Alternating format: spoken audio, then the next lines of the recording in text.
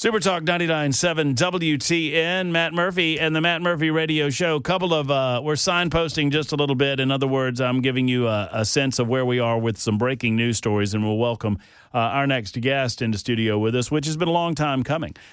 We've got the head of the Libertarian Party of the state of Tennessee in studio with us for the better part of this hour. So line them up if you've got any questions about libertarianism. It's a good time to get those questions in by dialing up 615-737-9986, 615-737-9986. But before we get to that, a couple of things. Number one, obviously, there were a few questions brought to me on the super text line that I did not get a chance last hour to answer, but I want to answer them right now. Because several of you were like, hey, I thought we had a suspect, which was a female Capitol police officer, named as a potential match for the individual that was responsible for the pipe bombs. And now we're hearing that it's this Cole fella that is responsible, and the FBI has made an arrest. So the FBI denied at the time that this story leaked, and I think it was on Breitbart and some other resources. At the time that the story leaked there, the FBI denied that it was true. And I'll just give you an example of that denial. The FBI Thursday, this would have been Thursday, November. This is published November 14th. So whatever Thursday happened before November 14th. The FBI Thursday threw cold water on a story on a website that named former Capitol Police officer as a potential match for an individual who planted pipe bombs at the Republican National Committee and the Democrat National Committee before the January 6th attack on the U.S. Capitol. In a letter to the Republican congressman who leads a new committee investigating Jan 6, the FBI explained it had been tracking a separate person of interest who took photos near the RNC on Jan 5 and then took the metro back to his friend's home where he was planning to attend a Jan 6 rally. The FBI said it focused on the home because of the person taking the photos using the homeowner's smart trip card, I should say, on the metro. The congressman, Representative Barry Loudermilk of Georgia, posted a section of the letter on X, which was then amplified by the FBI Rapid Response account. In other words, they're doing all manner of due diligence, and eventually the owner of the home happened to be a neighbor of a former Capitol police officer named in a story as a potential suspect. So the Blaze then cited an analysis, the gait analysis, a study of how the person walks, saying that it found a 94% match between the officer and the suspect. That was what various internet websites ran with, suggesting that they had a person or an individual of interest in the case. The FBI denied it from the jump, saying that these two things did not have to do with one another. As a matter of fact, I mean, you know, and I'm not saying I buy it, I don't buy it. I'm just telling you what they say. According to FBI Deputy Director Dan Bongino, that reporting about, quote, prior persons of interest is grossly inaccurate and serves only to mislead the public. And he said that a month ago, or almost a month ago. So that's that. Several of you are like, wait a minute, I thought it was a female. I thought it was this and that. That answers that. So it remains to be seen what other information. Apparently, they've tracked this Cole guy to the point that they have his Nissan Sentra and his license plate entering the South Capitol Street exit the night of Jan 5. Less than a half a mile from the location where the individual who placed the devices was first observed. And they also have his cell phone pinging that evening in that area. So they've got some fairly decent forensic evidence involved in tracking him down. And thankfully, he'll be brought to justice if it is determined that he's the one responsible for all of that. So there's that going on. In the meantime, we've got the Somalia story. We'll get into that coming up in just a couple of minutes from now as well. We are pleased to welcome Josiah Baker into studio with us. He is the head of the Libertarian Party in the state of Tennessee. We have we've spoken back and forth via internet, via social media, and it's good to put a name with a face, and it's good to finally get an opportunity to meet you. And for those who don't know you, introduce you to the listening audience. Josiah, thanks for being on with us. Absolutely, it's glad to meet you. I'm glad to meet you in person. My name is Josiah Baker. I'm the now second-term chair of the state party, the Libertarian Party. I'm also a National Mises Caucus board member. Involved working stiff, was working before I got here. None of us get paid to do this kind of thing. But very passionate about liberty, not only in our country, more specifically in our state, because nationally I think it's a lost cause several days when I roll out of bed. I try to focus on what we can do here in Tennessee. So, yeah, give me kind of the synopsis, the 50,000-foot view of what that focus is in the state. In the state, to begin with, the state of Tennessee doesn't recognize us as a political party. We don't have ballot access. So there's that. We focus strategically in local elections, typically nonpartisan elections that have nullification of the Fed's powers. So your city council, county commission, magistrate, school board, things of that nature that can specifically nullify the federal government edicts. And we know this is important because we all lived through COVID 5 minutes ago and saw the overreach of the federal government 100%, and what they imposed on us all. Yeah, so I always like to say it this way, that you can't really say this anymore because of the there's been a democratization of caffeinated products, but I used to use the example that Coke and Pepsi like it just being Coke and Pepsi. They like knowing the enemy. And Republicans and Democrats, I think, like that as well. They enjoy it being a two-party system, and they've kind of set it up that way in the various states. I don't know the answer to this for Tennessee. I know in Alabama it was you had to get, like, I think the threshold was if you had to get all of these signatures for ballot access. And if you got ballot access singularly and a third party got more than 20% of the vote, and I think it was in a statewide election, that you could go on to gain ballot access for the next 8 years or something. Yeah. I mean, it was just a laborious process. Do you, off the top of your head, know? I mean, what would the ballot access process be? Ballot access, we've tried it. It's 2.5 of the previous gubernatorial. I believe that's around 46 to 48,000 signatures. And when you get ballot signatures, you should double that because half are going to get thrown out by people writing Mickey Mouse. I think ballot access laws in general are a treadmill to waste your time and energy and resource. Mm-hmm. So we kind of focus on the reality of where we're at. We're not recognized as a party, but we all are hardcore activists. And so we try to push the ball up the hill, advance down the field, whatever you want to call it, for liberty. At the end of the day, we want net liberty in Tennessee. That's the term that we use. I don't care who's pulling the lever on a good bill or who's pulling the lever on a bad bill. They need to either have the carrot or the stick, and honestly, most of the time it's the stick.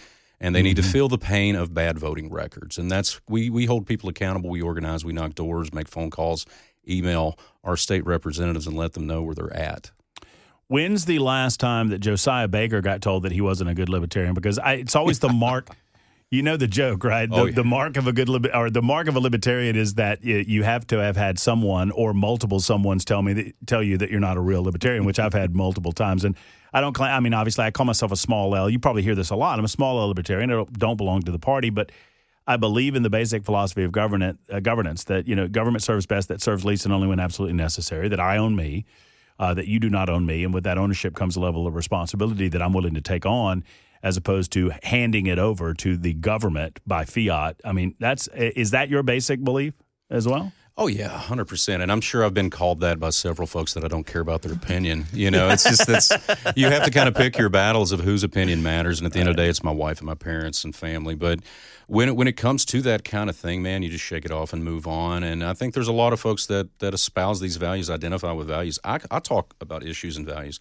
I don't like using labels because once I put a sticker on your shirt and you put one on mine, all of a sudden we're in corners against each other. If we talk about issues and keep it right there, we can do a lot of good things together. I know. I would agree with that. So on issue-oriented things, if we may, talk about the national scene, then we'll get down to the state.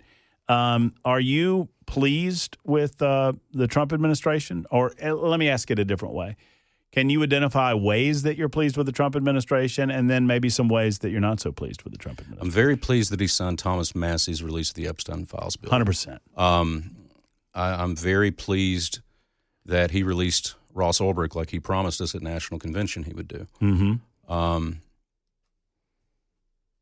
Ending, I would expect, based on basic Libertarian Party philosophy, getting us out of, or attempting to get us out of foreign entanglements, not getting us in further foreign entanglements. He could have easily stepped up the Ukrainian deal, and he chose not to do that. Pulling us out of that could have easily, although we aided in terms of military armaments and money, Israel in their fight against Hamas, we did not get boots on the ground. I was pleased to see that. Boots on the ground, you are correct. I think the best thing he could ever do is get little Marco out of the room. He's not Marco 2.0. He's Marco he's always been, including the bubble bath. And it's got to get better there. And again, I appreciate the genius of Trump and the fact that he always has a fall guy. There's always a guy that gets whacked in the administration that he can point to. And at some point, in my opinion, you have to take responsibility. The buck stops with you.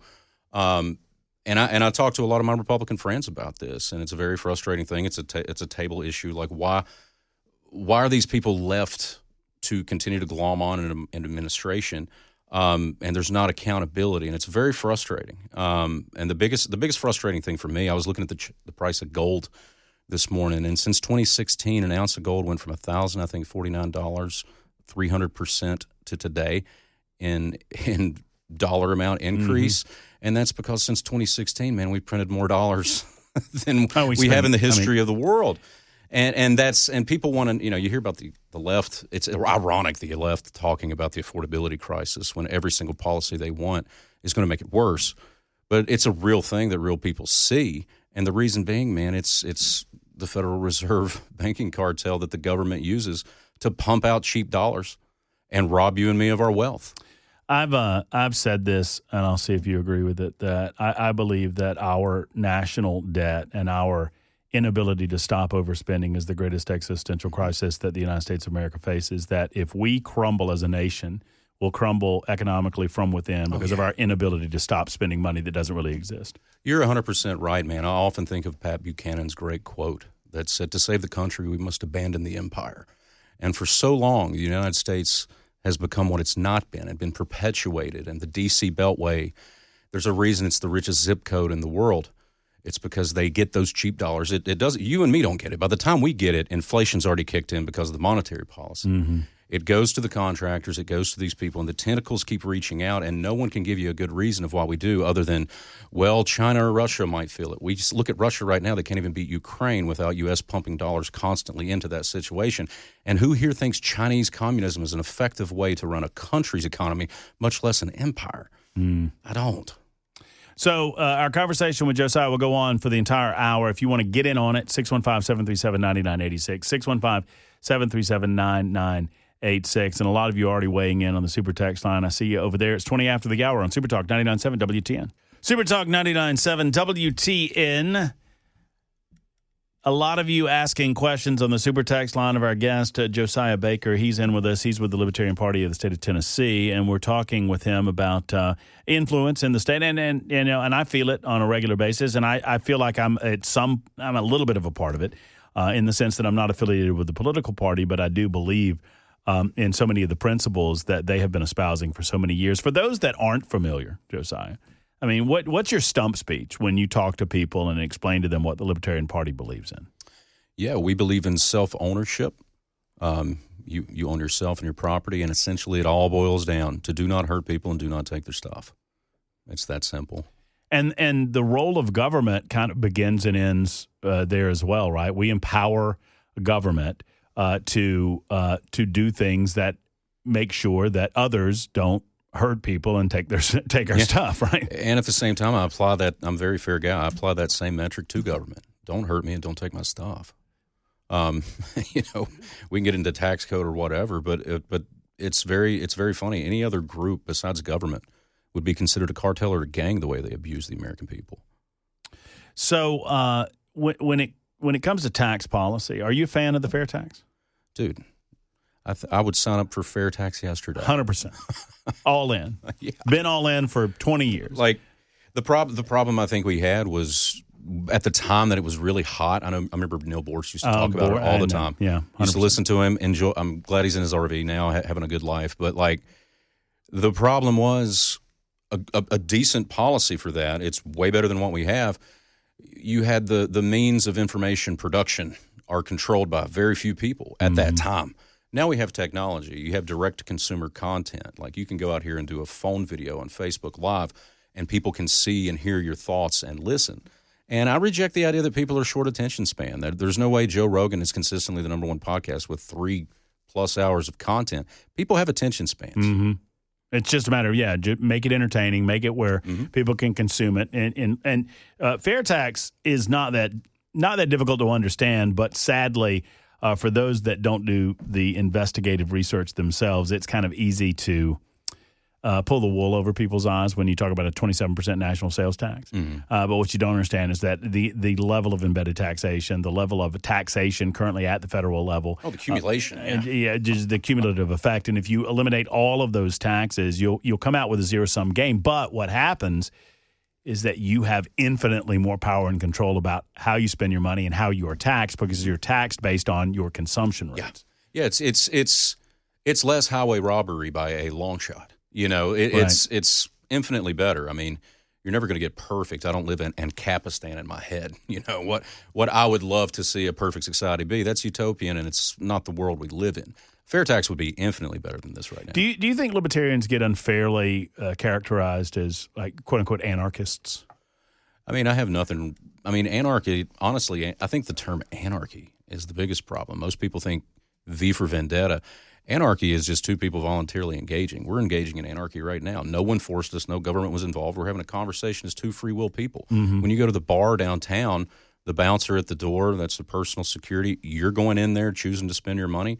They're willing to let you stay there. It's just a voluntary agreement. I think it's become a dirty word, and I get it because the left made it that way. You mentioned when we were talking right before we came on that you've kind of done the work to make sure that you don't have infiltration on the part of other agendas in the Libertarian Party. Is that fair? Yeah, man. The biggest problem that people don't take libertarians seriously, number one, is they only show up every 4 years, screw up an election, crawl back in their hole. That's the public perception of libertarians. Number two, they come up, they vote against the Republican candidate. The Republican doesn't win, and then they leave. Right. Yeah, or you run into, you walk in and you're like, am I at a Comic-Con right now? Why is this guy with a boot on? What is this? Everyone's perception, tends to be in 4, 8, or 12-year intervals. So people think Gary Johnson era. It's so far removed from that era of just bake the cake. No, our libertarian group here in our state and my national group that we took over national with, the Mises Caucus, we are hardcore family people. The majority of us are devout Christians, and the majority of us reject libertinism, which is, hey, there's a difference between, hey, whatever you do with yourself, that's fine, don't bring it over here, and a difference between, no, you need to celebrate every vile thing I do. That's two different things. We reject that, man. We are serious people. Yeah, there's one thing to allow others to live a life of their own choosing. I don't necessarily have to support it. I don't have to agree with it. It's another thing, and we've seen the growth of this over the last 10 or 15 years. I mean, rampant growth. It's wokeism, right? It's this concept of not only must you accept that I'm allowed to live a life of my own choosing, you must be accepting of that and vocalizing. I'm like, no, hold on a second. That's just as much a violation of my liberties as anything. Oh, 100%, man. We reject wokeism. It has no bearing on us. It's laughable.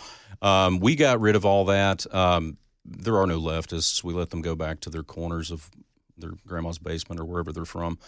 We're all serious people with professional lives, and we take liberty very seriously here. Our guest is Josiah Baker. We'll be back with him in just a moment. Lots of questions coming up about flat tax versus fair tax, about libertarian philosophy, on a number of other things, and we'll get to some of those questions coming up in a moment on Super Talk 99.7 WTN.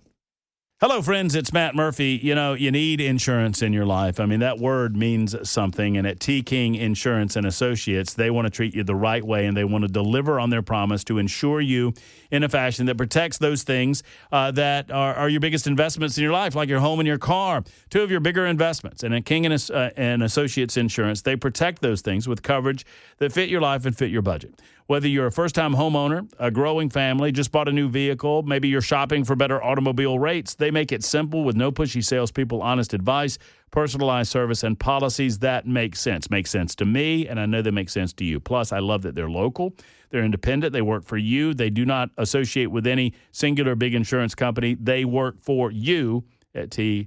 King Insurance. Go to tkinginsurance.com. That's tkinginsurance.com, or call 329-8121, 329-8121 for a free quote today. King and Associates Insurance, protecting what matters most. Super Talk 99.7 WTN. Josiah Baker in with us with the Libertarian Party of Tennessee. I promised I would get to your questions on the Super Text line, and I'm about to do so. If you have any questions you want to get in on the phone line, 615-737-9986, 615-737-9986. Before I get to those questions, though, I did promise that I would kind of circle back to the state and state politics. Where are we succeeding in the state of Tennessee from Libertarian Party principles, and where are we failing in the state? I would say we're definitely, with the tax rates like we were discussing earlier, tax rates comparatively to other states are good. Could always be better. Yeah, like we were discussing. Yeah, no doubt. The things I think that we are good on, we are better on 2A than other states, although we don't have true constitutional carry currently. Why? What? I've been talking. Why is that? Why? I mean, because it's an affirmative defense, right? That's Correct. The idea, as opposed to you not having to go to court to defend yourself in these individual circumstances. Yeah, man, it's one of those things. I think it's very easy to call it fat and lazy when you live in the deep red area of Tennessee, and in certain issues that are like taken for granted issues are kind of just brushed aside. And I think the 2A has been one of those issues. The biggest one for me, man, HB 0129, Michelle Renault's bill to defend the Guard. It was an easy one-page bill that she put up and was co-sponsored by everyone from Monty Fritz, Jody Barrett. There was Rep. Salinas, a Democrat from Memphis, also co-sponsored this bill. It's been filed in 35 states, and it's a simple bill that says unless federal Congress declares war per their job, Tennessee National Guard stays in Tennessee and isn't deployed overseas in boondoggles. And like we were speaking earlier, when Helena hit last year, the previous week, Joe Biden sent 800 troops overseas to train Ukrainian troops. We could have used those people here to take care of Tennesseans in East Tennessee getting hit with floods. Instead, they were sent abroad. It was a very simple bill, very easy to sign, very easy for people to read. We lobbied like heck on that. And one of our co-sponsors, Rick Eldridge, decided to vote to send it to summer study. These things happen. And we all know summer study is just a synonym for killing a bill. So explain it one more time, that it would require that for Tennessee National Guardsmen to leave the state of Tennessee, there has to be a declaration of war? That is correct. Yes. Pretty cut and dry. What people don't realize about National Guard, since the beginning of the War on Terror, roughly 40 to 45% of the troops abroad were National Guard. Of that, over 18.4% were National Guard of the fatalities. National Guardsmen, and we all know them, they want to be here. They will be called to duty. And this, again, doesn't affect training. It doesn't affect training abroad. But National Guard, they're here for the common defense. They're here for insurrections. They're here to take care of national disasters. And unfortunately, man, look at Katrina. That's what happened there too. Do you and you and I might disagree on some of these matters. That's okay too. Sure. That's what you're here for. On the issue of Memphis, I mean, was that legal in your estimation, where the governor was agreeable to using National Guard troops in the state of Tennessee to kind of get the rampant crime that was happening in Memphis under control, just based on your understanding of the Constitution? I think that definitely was up to the governor. I don't see. So a difference between being constitutional and maybe right. I guess the question is, do you think it's constitutional for the governor as long as he's on board? For the governor to deploy. Yeah. Now I was worried about them going out unarmed. I know they were going to be sent with flashlights originally. Right. But at the same time, man, like I hate that it took that long for him to make that choice. Yeah. Because we've all been to Memphis. You spend 5 minutes, somebody trying to wash your windows like you're at the Mexico border, right? For cash. It gets rough out there, and I got a lot of friends out there, man, and it gets rough. I'm glad it's getting cleaned up. I think that more can be done, especially locally, and I feel for the people that have to live in it every single day. On the I'm expecting, just based on where certain figures are on it, that I might have an understanding of where you are on this, but I don't want to assume things. The Venezuelan drug cartels and the declaration that the drug cartels, it seems a sticky wicket, and I can understand both sides of this argument. I can fully understand why people would think that where we have gone is extracurricular to the Constitution of the United States. Where are you on it? Yeah, man, I do feel that way, and I think when it comes to the next big war, because let's be serious, there's a certain budget by the military-industrial complex that has to be fed, and I think we're learning very quickly it's probably going to be cheaper to do South America than the Middle East anymore. We've kind of tapped that market out for wars. There's not been a declaration of war, and I was in the music industry for a while, and I've never heard out of all the countries south of the border, that's where all the drugs are coming from. In fact, I think the DEA put out a report. You might be able to pull the note on it that it doesn't have Venezuela on there for fentanyl. I believe Right. India and China is always where it comes through. I think it's a hasty decision.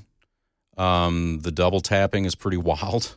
I was in Drudge Report this morning, which honestly used to be better, but they got Trump derangement syndrome a while back. Yeah, he does. But still, just looking at the facts there, it seems like there's an internal push right now going after Hagseth in the administration.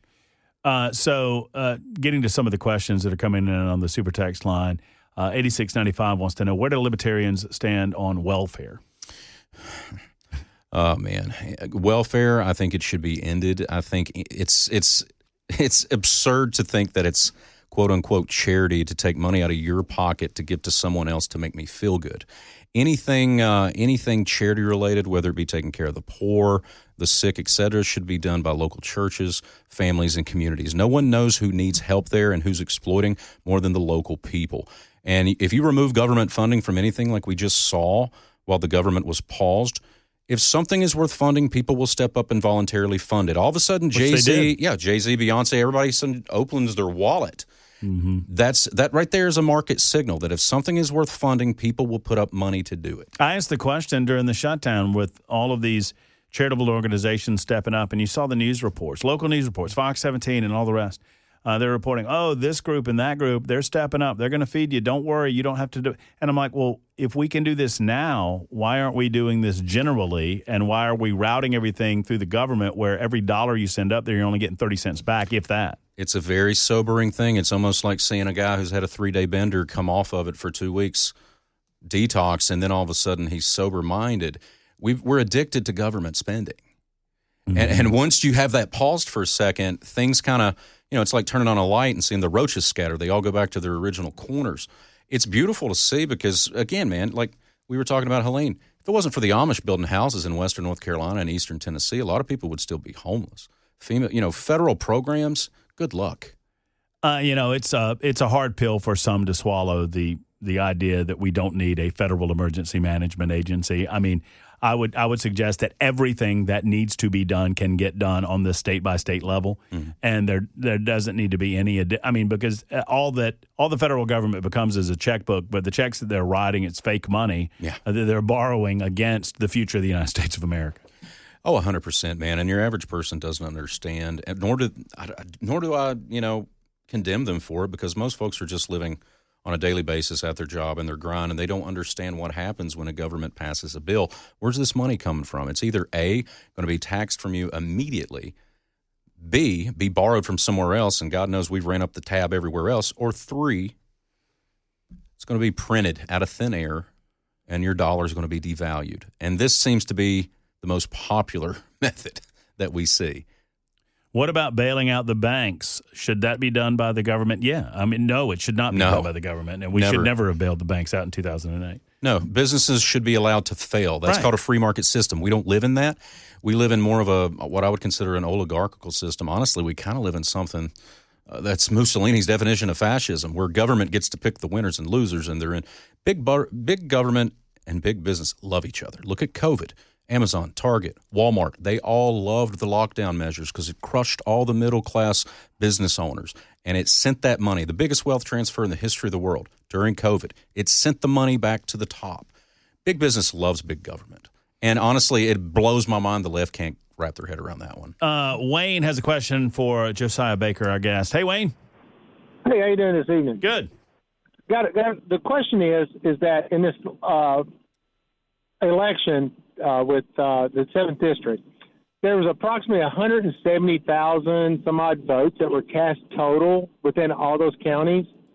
But Bain took over 33,000 votes in Davidson County. And if you figure that up, that's about 25% of the total number of votes cast in that election. I've been talking to my friends and stuff about, how can we do something that would prevent us from becoming like Illinois, California, New York, were the blue strongholds like Nashville, Memphis, and I think Knoxville's going purple. How can we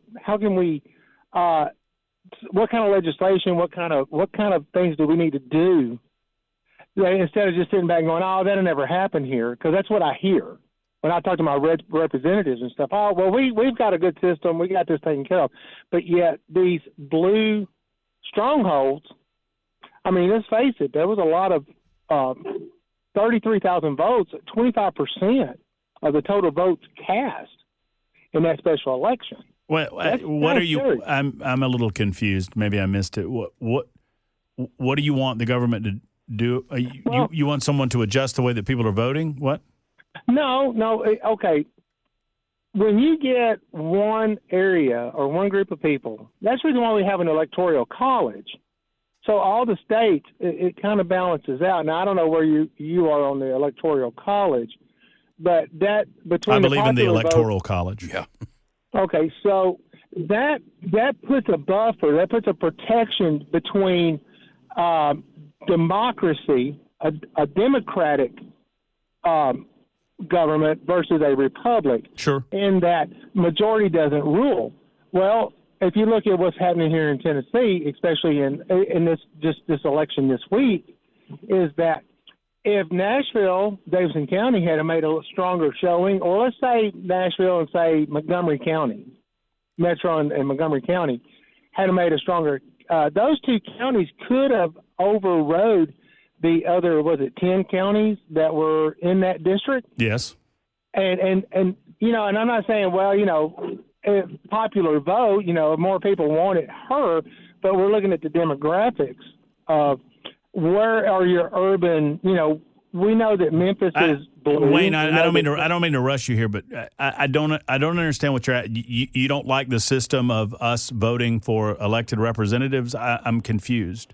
No, yes, I do, but I'm saying we need to be some way we can protect us from being like California or Illinois. Well, I would argue you don't do that at the ballot box. You do that through education. You do that through helping people understand, how their vote matters and how their vote might negatively impact them. Josiah? Yeah, I would say the argument and the frustration there is honestly cultural. Metro centers tend to always skew blue in the history of mankind because it's more of a collectivist mindset, unfortunately.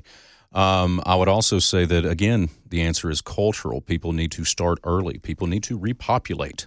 There's nothing wrong with having large families that are voting blocks, those things that are coffee table issues that again, we were talking about school, and you can't be letting someone else indoctrinate your child. It is your job, your parental responsibility to be able to do that, to train them up in the ways, and you have voting blocks. I've been saying for 25 years that the natural state of government is growth. And to prevent government growth is to go against its natural state of being. And that and that is why it's always a harder fight to do that. Because it is easier once you become an elected official to go back home and tell all of the folks back home what you're bringing back home rather than go back home and say, hey, we did nothing this week. Yeah. Congratulations. Dude, you're 100% right on that. And my political mentor says, the moment a guy gets elected, he loses 60 IQ points. And it's all survivalist mode. It's all self-preservation mode. You have a different set of incentives now once you're elected, because now immediately you got to get reelected. How can folks find out more about the Libertarian Party in Tennessee? You can go to lptn.org. You can follow us on Twitter, LPTN1776 on Twitter. I refuse to call it X, but X. We are on Facebook, Libertarian Party of Tennessee as well. Why do you refuse to call it X? It's fun. I call it the X machine. That's fair. That's fair. It kind of reminds me of De Ex Machina. But, I'm a tech boomer, so I just now got a Twitters, as my parents would call it, with an S at the end. You got the tweeters? I got the tweeters. Oh, that's pretty good. I'm doing good to use a fax machine, man. Man, it's been a fun hour. Let's do it again. I would love to. Let's do it again. It flew by. There's Josiah Baker with the Libertarian Party. We'll be back in a moment. We got lots to get into with regard to Hexeth and the shifting narrative on what happened with the Venezuelan boat. We'll talk about that next on Super Talk 99.7 WTN.